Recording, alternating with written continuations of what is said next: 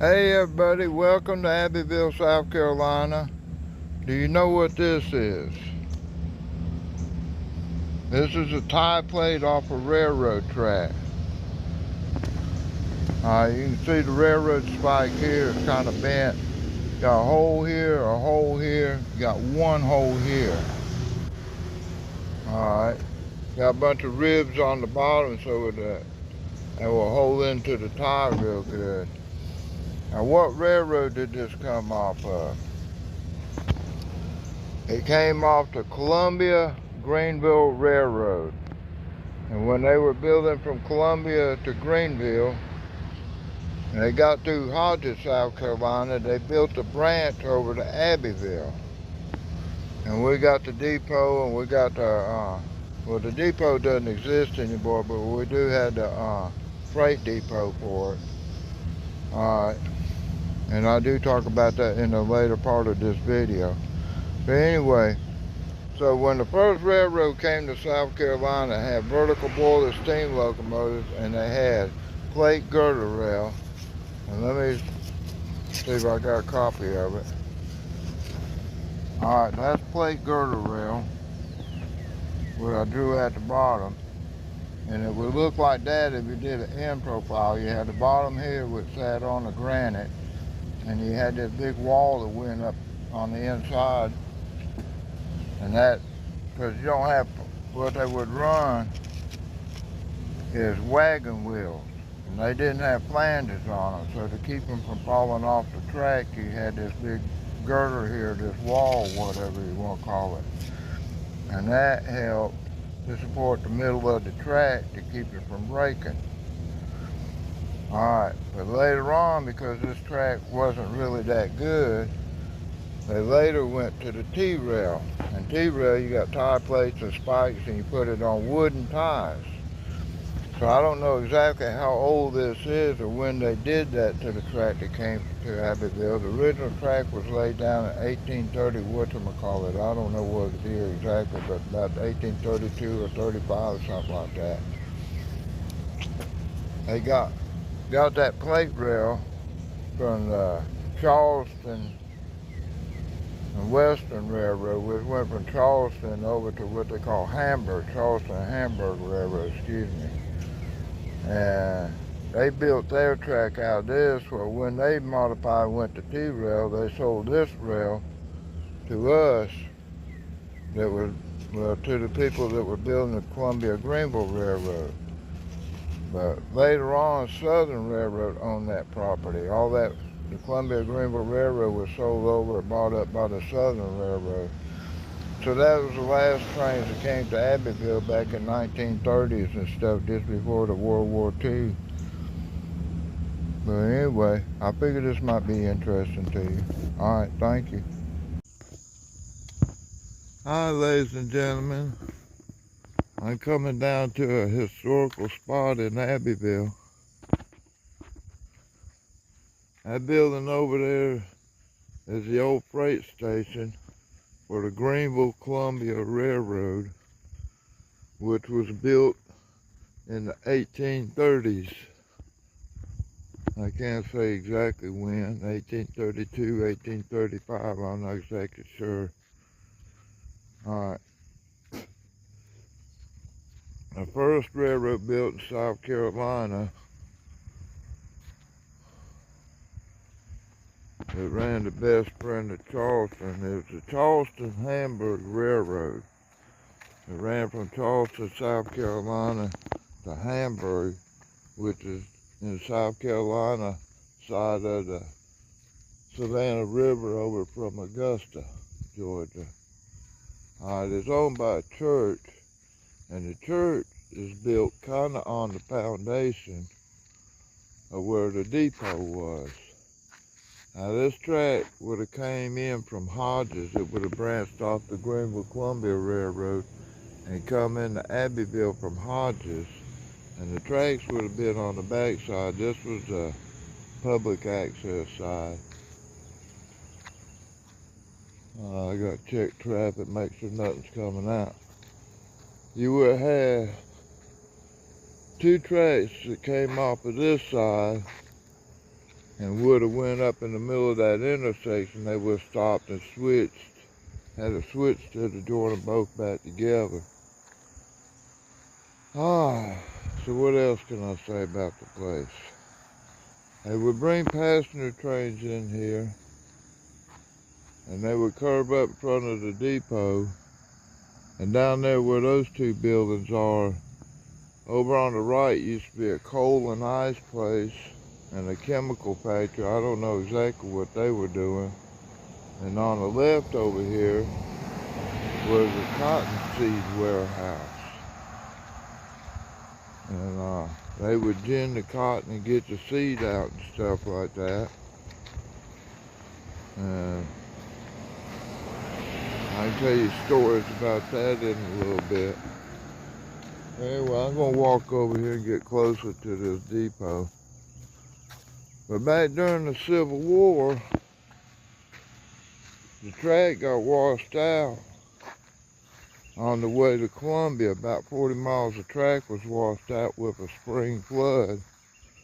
And they couldn't rebuild it, but the Civil War started, and this became the most active place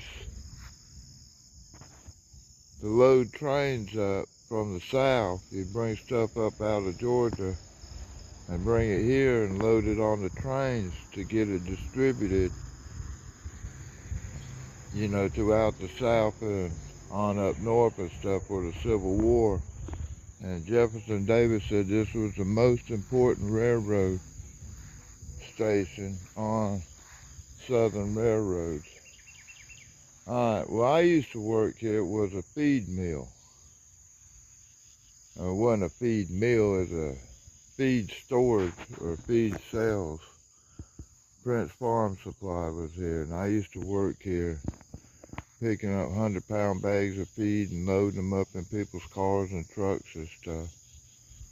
So I'll go walk around and take some pictures.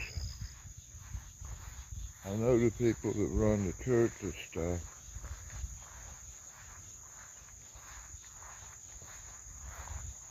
And I've never seen this in before, but look.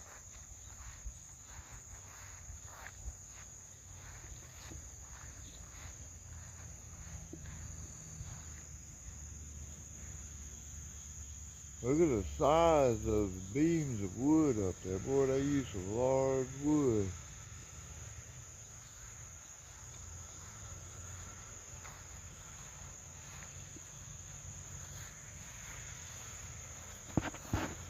It's just a big empty building now.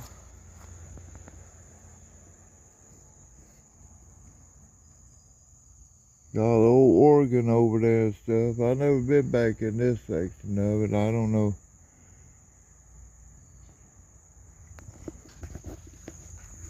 Wow.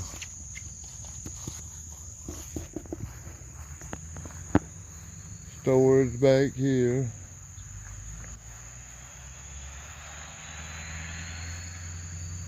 Got some kitty cats back here. And look, I never knew about all this down there. Never walked out here when I worked down there. I don't know why there's a big hole in the ground, a bunch of concrete. That must have been the well at one time. Come out here on the back deck and pump your water up and stuff. Alright. So it looks like a door there. And they must have added this later on, because that's plywood and stuff it is. But the tracks would have been up next to the building over there or something. I don't know if they would have had a deck out here or not. They might have had a deck out here.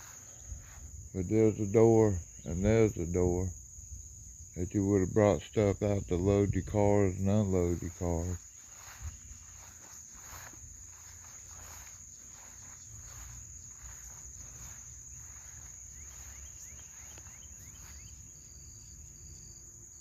Looks like 2x8s, 3x8s, something like that up there. That's some large lumber.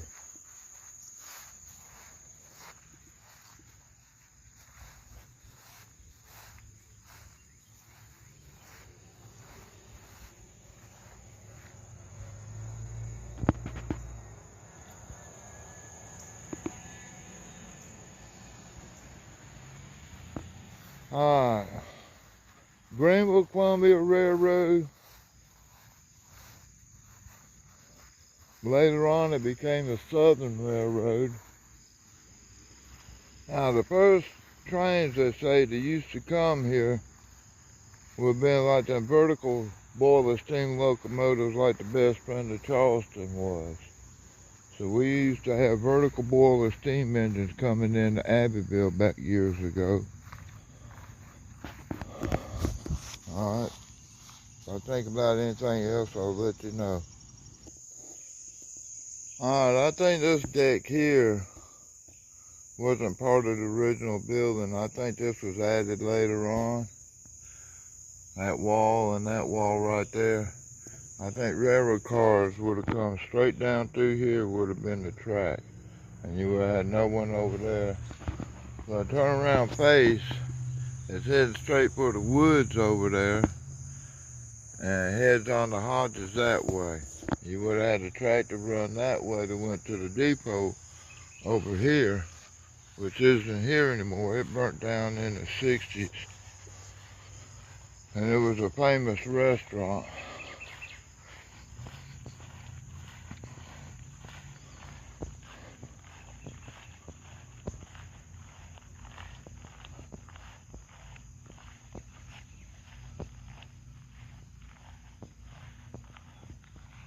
They modified the roof a little bit because they had to back trucks up over there. You see all the damages where they've been bumping in with trucks. But this was a big parking lot when I was a kid. No tracks or anything out here. It was already gone by the time I was around. And that's where the church is, but that's also kind of where the restaurant was.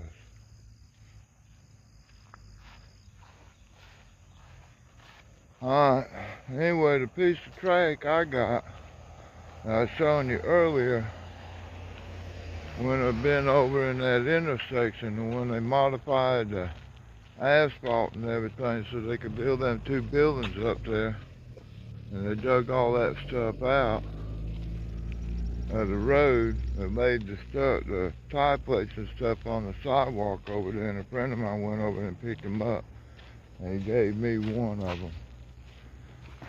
Alright, I'll pause it for a little bit. I don't know if you can see it, but we're going up over a hill. Now over to our right, you got trees and stuff there, but over to our right is where the railroad tracks be coming through the woods. Well, woods nowadays, but they done flatten that land out over there. So I got a big hump between me and the railroad track. So the railroad track was built off to the right of this hill.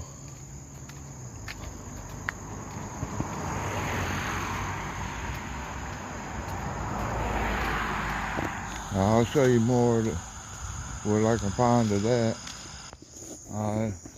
And this highway I'm walking next to is called the Hodges Highway. But the tracks would have been over there, running beside us parallel. Although this road is curvy, the railroad tracks would have come up and would have been going that way. It's coming from over there, right down beside us, and then go straight that way. Alright. You look down, you can see it was down there.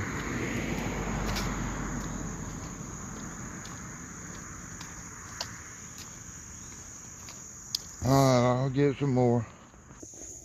Alright, the railroad track would have come from that way, from the freight depot and stuff like that.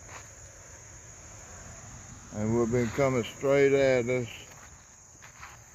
It would have been going that way, and somehow there's a creek down there, but there used to be a bridge out here, but I don't know exactly where. Alright, and this hill would have had a road that was coming in from this side and was circled around that hill, and there was a bunch of businesses up on top of that hill. Now it's the local basketball court and stuff.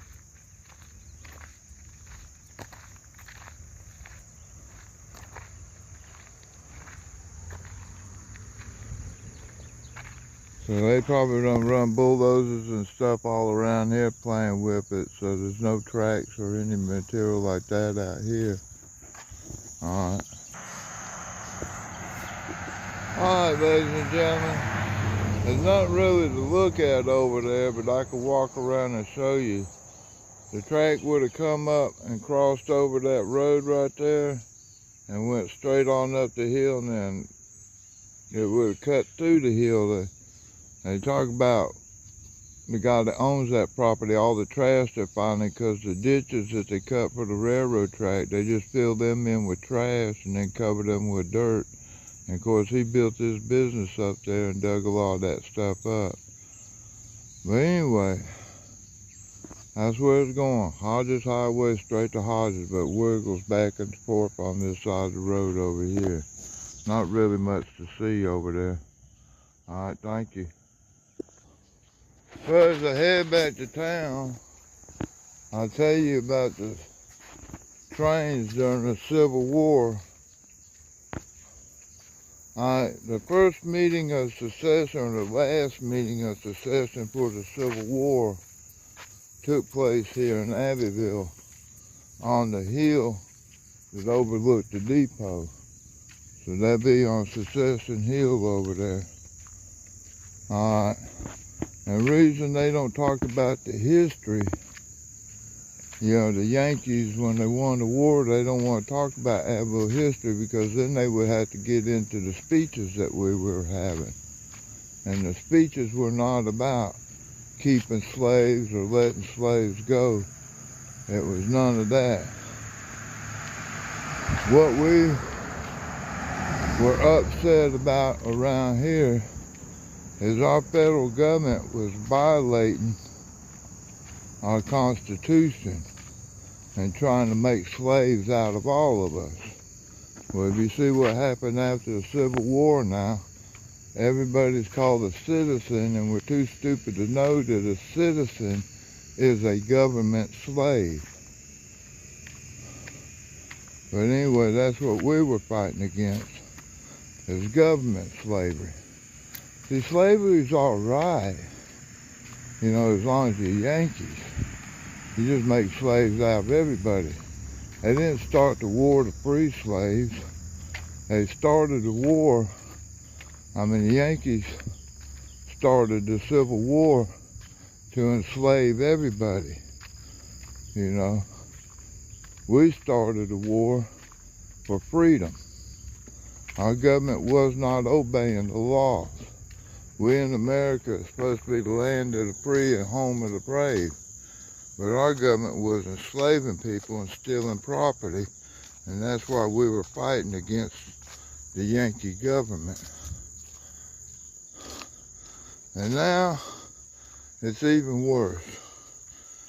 Well, any Northerners that don't like America, you can blame yourself for it, because y'all won the war and they got their way. You know, when they freed the slaves, 16th Amendment turned them into citizens, which means that you are a slave. That's what citizen is a government-owned slave. So they took you away from their owners, the original owners, which nobody in the South owned a slave. They were just allowed to confiscate his work and stuff like that. All right, thank you. I'll get elsewhere.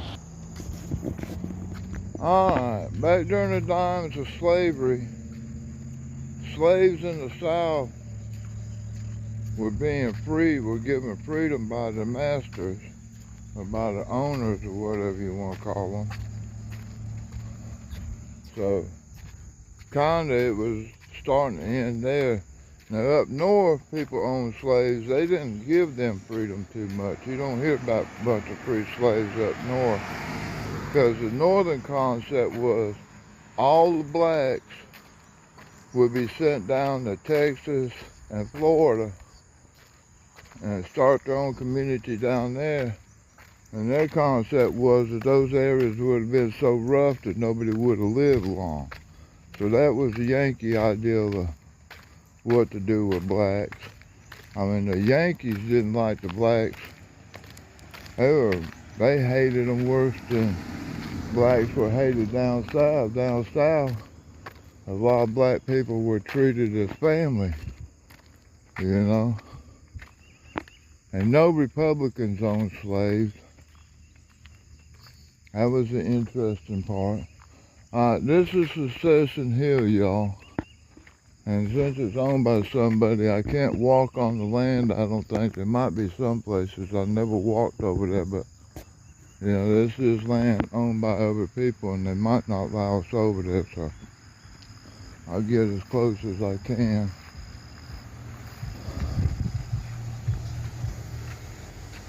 Alright, Secession Hill.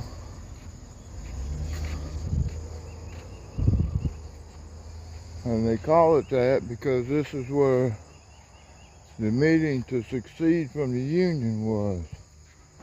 Now, from what I understand, that's supposed to be a deceased Civil War veteran. He came in on the train down to the depot, and he died on the train, and they buried him over here in somebody's backyard. Along this sidewalk up the hill would have been houses. You can see driveway there and up there. I don't know when they would have tore them down, but this whole street and that street would have been houses all the way to the top. So this is all well owned by Secession Hill Memorial Trust. However, if you are asked to leave and don't, you will be trespassing. The police will be called. So, alright. I guess that's the monument for Secession Hill. But you had speakers standing up on the hill, and people down there be listening to them. And they had several of these secession meetings. Meeting of secessions and stuff. Let me go over here. I've never gone over here to look and see what they have.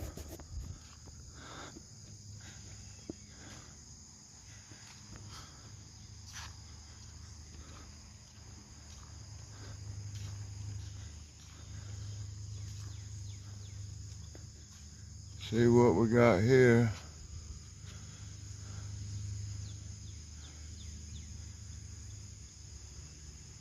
Bunch of people standing around. I guess that was a meeting of secession. I can't read that. It's in crooked cursive and it's just not clear enough. The state of South Carolina, 1841.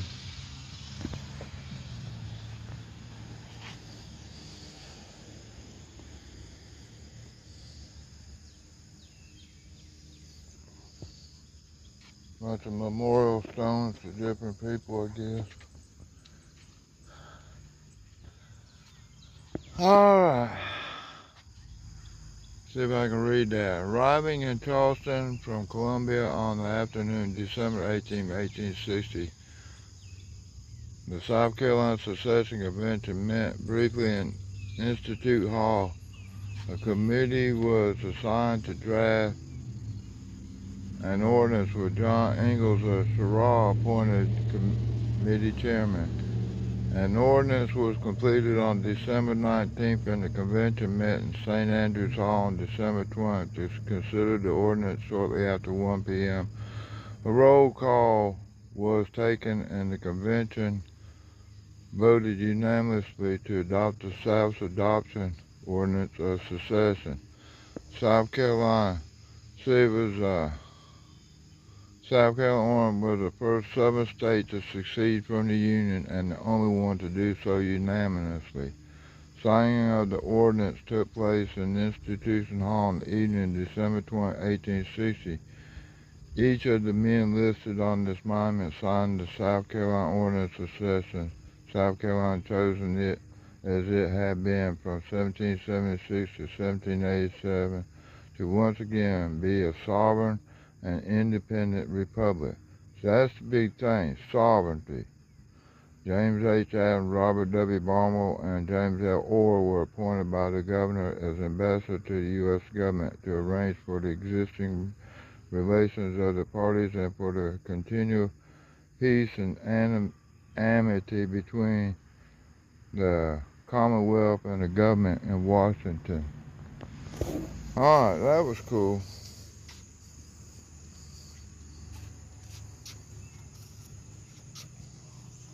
Alright, list of names here. I don't know. Abbeville, Thomas Terrell, Parent, Edward Noble, John Wilson, Thomason, David Lewis Warlaw, John Alfred Calhoun, All Saints. I don't know what All Saints are. But anyway, I had to study and research this a little bit more.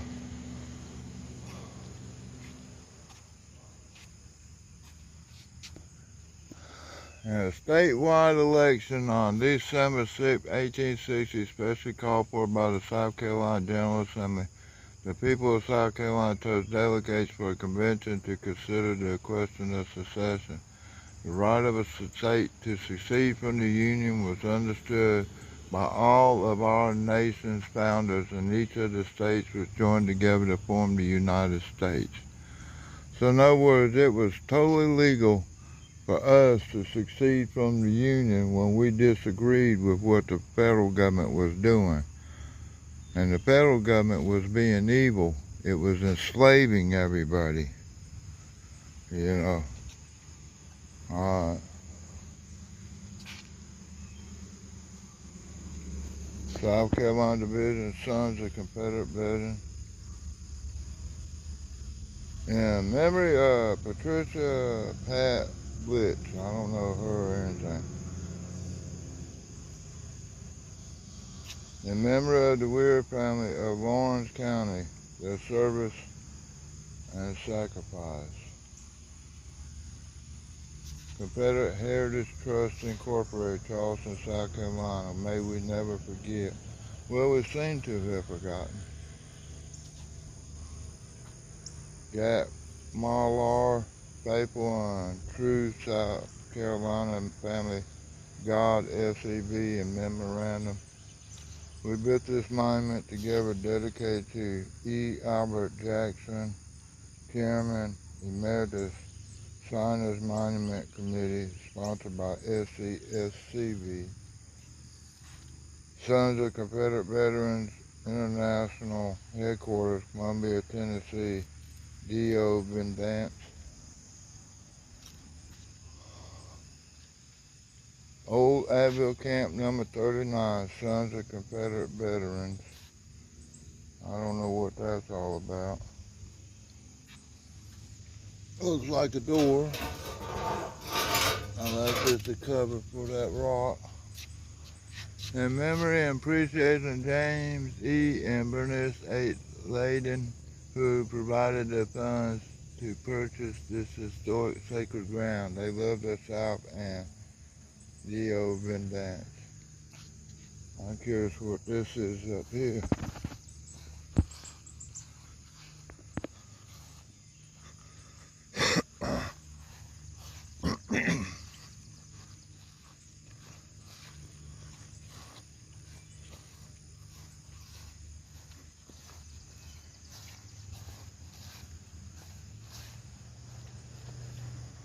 Site of General Hampton's speech. This stone marks the spot where the first secession speeches were made. So right up here, and over there in the trees is where the railroad would have come in. Everybody would have got off the trains and come over here to listen to the secession speech. Site of General Hampton's speech. After the South lost the war for Southern independence, South Carolina, as other Southern states, were under Yankee rule for 12 years. Because the vote was denied, the white man, only carpetbaggers, scallywags, and blacks were allowed to vote. Gradually, our people regained their vote. Former Confederate General Wade Hammond was urged to run for governor in 1876 against the carpetbagger governor. Daniel Chamberlain of Massachusetts. On Saturday, 16th September, General Hampton gave a campaign speech on this spot. The Abbeville Press and Banner stated that his speaker's platform was on the exact spot of the successor speaker's platform in 1860. Former Secretary of State of the CSA and later Confederate General Robert Toombs of Georgia attended. General Martin W. Carey and General Samuel McGowan of the Abbeville District were present. There were several thousand people, including hundreds of Hampton's redshirts, on this sacred ground that day. General Hampton became the governor of the Carpetbaggers, fled our state. Many honorable people have tread this sacred ground whose footprints have you tread in today. That's pretty cool. I didn't know that. This was history after the war. Alright, thank you. Nothing on the backside stating what's up. I'll go back over here and read these footstools.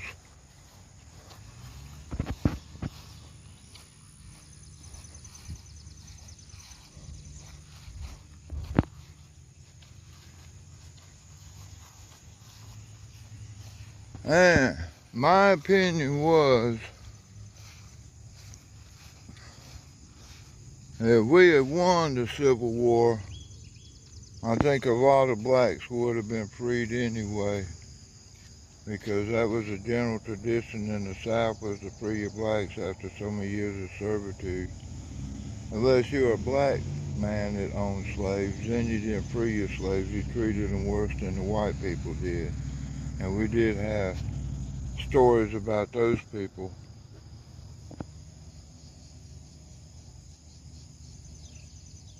Army of Northern Virginia, sons of Confederate veterans, you should do your duty in all things. General Robert E. Lee. And appreciating Robert Hayes for securing, clearing, and maintaining Secession Hill for present and future generations. Yes, thank you. Alright, I'm walking away. Hope you enjoy this. Alright, ladies and gentlemen. I don't really believe they buried anything here, because all my early life I never seen anything about it. Unknown soldier, unknown Confederate soldier, here lies the body of the unknown Confederate soldier, whose remains were placed here in 1865 from a train in the depot at the bottom. This hill died of smallpox, possibly from Alabama at age 30. Yes, may Abbeville never forget the principle for which he died, for Southern independence. That's what it was about, lady. It had nothing about keeping slaves. It's about being independent from a corrupt government. And that's what our government was becoming, was corrupt. Because when America was formed, it was land of the free and home of the brave. But by the time Abraham Lincoln was getting in, everybody was being turned into a slave. Like I said, if you're a citizen, you can thank the Civil War because Abraham Lincoln won and you became a slave. All citizens are government-owned slaves. That's what the word citizen is. Rome had citizens. The Jews were slaves of Rome. Britain has citizens. All the people are owned by the royal family. The royal family is free, and some of the rich men over there were free, but the rest of the people in Britain are slaves. So you fought the Civil War, your ancestors fought, and they won. They won the right for the government to enslave its people. And we're all so ignorant, we don't even understand that a citizen is a slave. You don't just run that stop sign, don't you? So stand up for what's right and what's truthful and stuff. Alright, you see that patch of green at the top of the hill? That's where the spring was for Abbeville. And the man gave that land to Abbeville and they built the town up there. But that spring was everybody was getting this water and stuff, and it used to be a big geyser now. And it flowed all the way down the hill down there, and I assume that railroad would have got water from that too. Alright, thank you.